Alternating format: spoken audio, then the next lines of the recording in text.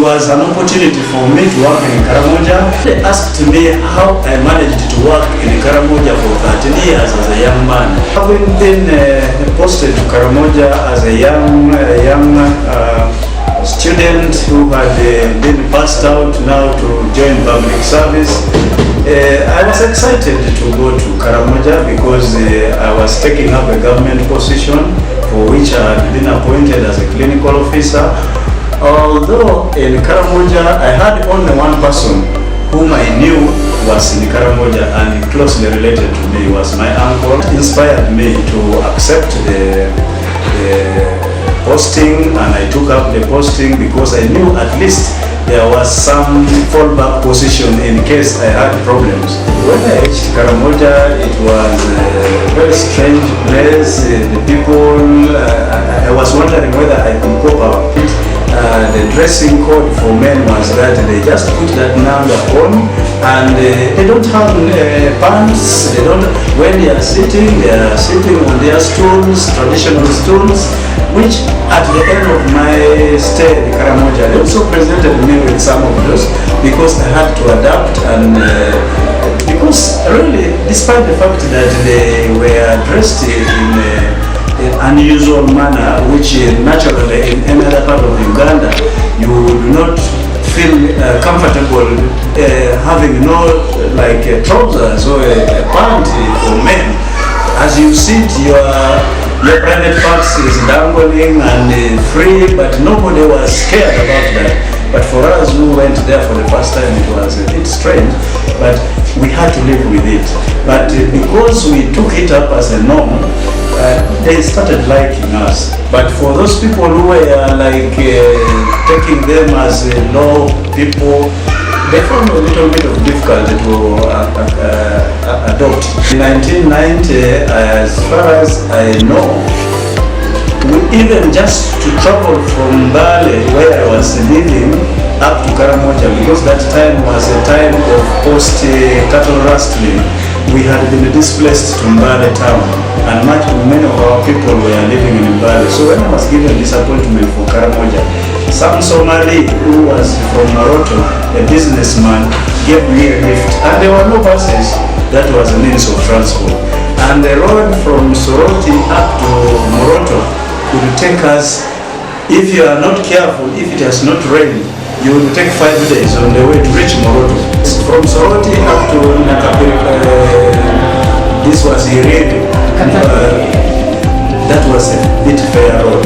But at exactly Iriri up to Matani, in between was a road which was unpredictable. If it rained, vehicles could get stuck, and once they are stuck, nobody to help the other one has blocked the road, and it means the rest have been held behind. So you have first to work very hard to remove the one which is stuck in order to create a road, and it will take 5 days. In 1990 to up to when this road was constructed, it will take nearly about 5 hours. If it was a smooth road, smooth going in one day, it would take 5 hours.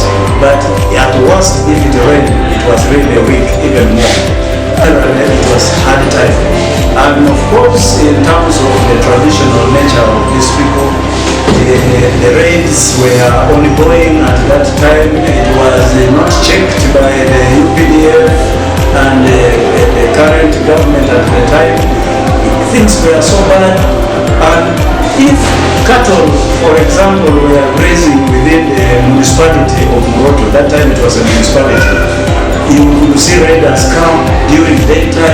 Any time when they see cows, those tepees from the mountain will roll down, you will hear gunshots, you are diving under the tables in the hospital, and in a very short time you find that their casualties already being brought to the hospital. We are there trying to rescue life, but also at the same time you are under tension. Maybe the next bullet will be on me. Thank God I worked in Karamoja for 13 years. I worked in Moroto. I was deployed in the Matani hospital. I was even deployed to Nakapiripiriti, Namudat, Namadu, and Tokora. There is virtually no place in Karamoja I did not reach. After my other assignments, I went to Kotino, Kabong, and we executed our duties very successfully. But amidst very many challenges, because even just moving from Moroto to any outreach, you could have people ambushed. Since 2012, I've been in Lira Regional Referral Hospital, and I had my coming to Lira was actually an effort of the minister herself. When she was the Director General, on her routine tours to Regional Referral Hospital, and she visited Soroti Referral Hospital. In her routine tour, she identified an officer who came to work as early as 7:30, and you know, for her during her routine visits, she could come unannounced to the hospital. But when she came to Soroti Hospital, she found me in my duty station at 7:30. It was not 8 o'clock. We were supposed to report by public service from 8 to 8:30 to work, but I was in my duty station at 7:30. She found me in the room. Luckily enough, I was attending to children. It was a children's room, and that was my duty station. And her background as the DG and the Minister of Health is a pediatrician who actually is a doctor for children.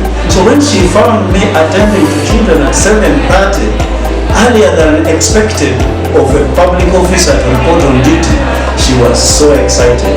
When opportunities for interviews for promotions came in place, I was the candidate who was favored at public service.